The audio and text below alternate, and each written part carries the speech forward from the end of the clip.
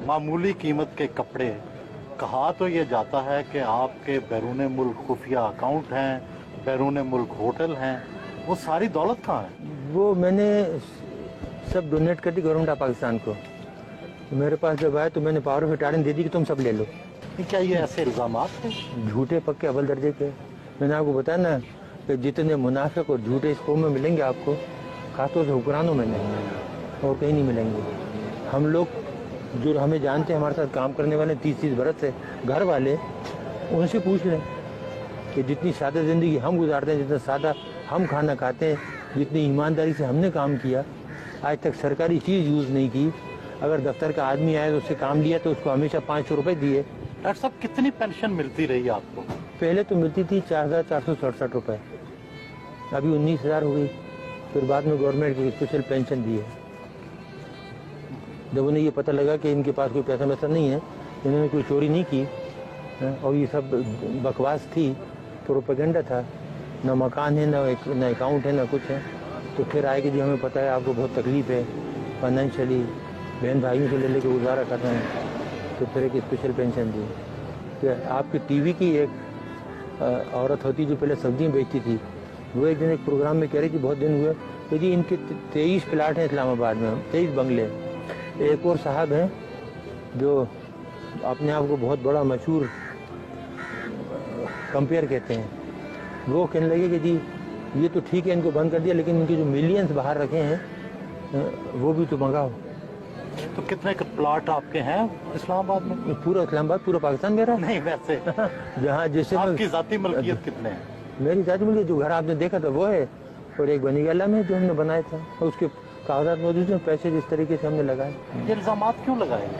इस मुल्क में झूठ बोलना दरोगोई तो कामन है ना, जिस पे जो सा इल्ज़ाम लगा दो। जो चोर हैं, डाकू हैं, उन पर इल्ज़ाम नहीं लगते। वो साहूकार हो तो उनकी सफाई पेश होती है कि नहीं वो तो बहुत ही ईमानदार हैं, नौमौलूद बच्चे की तरह हैं। एटमी मुल्क पाकिस्तान में हर तरफ लोड शेडिंग के अंधेरे हैं, क्या न्यूक्लियर तवानाई से ये मसला हल हो सकता है? ये हो सकता है तो बहुत। लेकिन अगर आप करना चाहें, कोई काम भी आप करना चाहें, तो उसको आप नेशनल लेवल पे लें, नेशनल पॉलिसी बनाएं, गाइड करने वाले सही हों, लेकिन जहाँ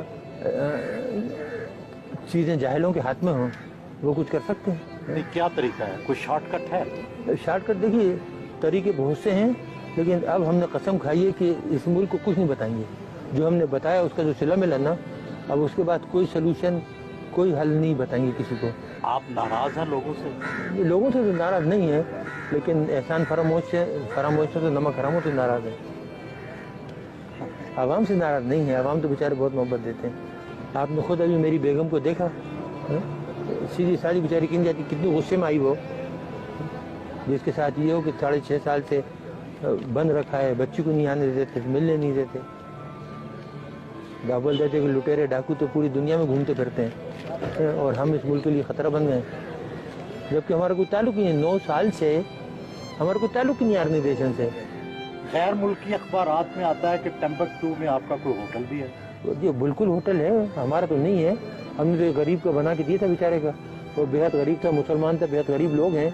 हम सब ने मिल के 8-10 आदमी ने चंदा करके तो तकरीबन $50,000 थे, उसको वहाँ उसने जगह ली थी और उसको उसने बनाया। अगर हमारा तो हमारे पास वहाँ से पैसे आते कि नहीं आते, और हमें वहाँ बनाने की ज़रूरत पड़ी थी।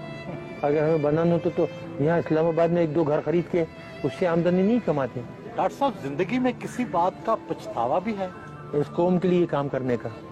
हाँ, वो ये होता है, कभी कभी आदमी सोचता है ना कि कोई और काम करता, तालीम की तरफ ध्यान देता बजाय ये काम करने के ना, एजुकेशन की तरफ प्रोफेसर बन जाता। मेरे पास बहुत पेशकशें थी, लेकिन एकदम ये जब हिंदुस्तान ने धमाके किया तो 74 का, तो फिर मैंने देखा कि पाकिस्तान का जो वजूद है ख़तरे में पड़ गया है, इसलिए वो काम छोड़ के तो इधर आ गया।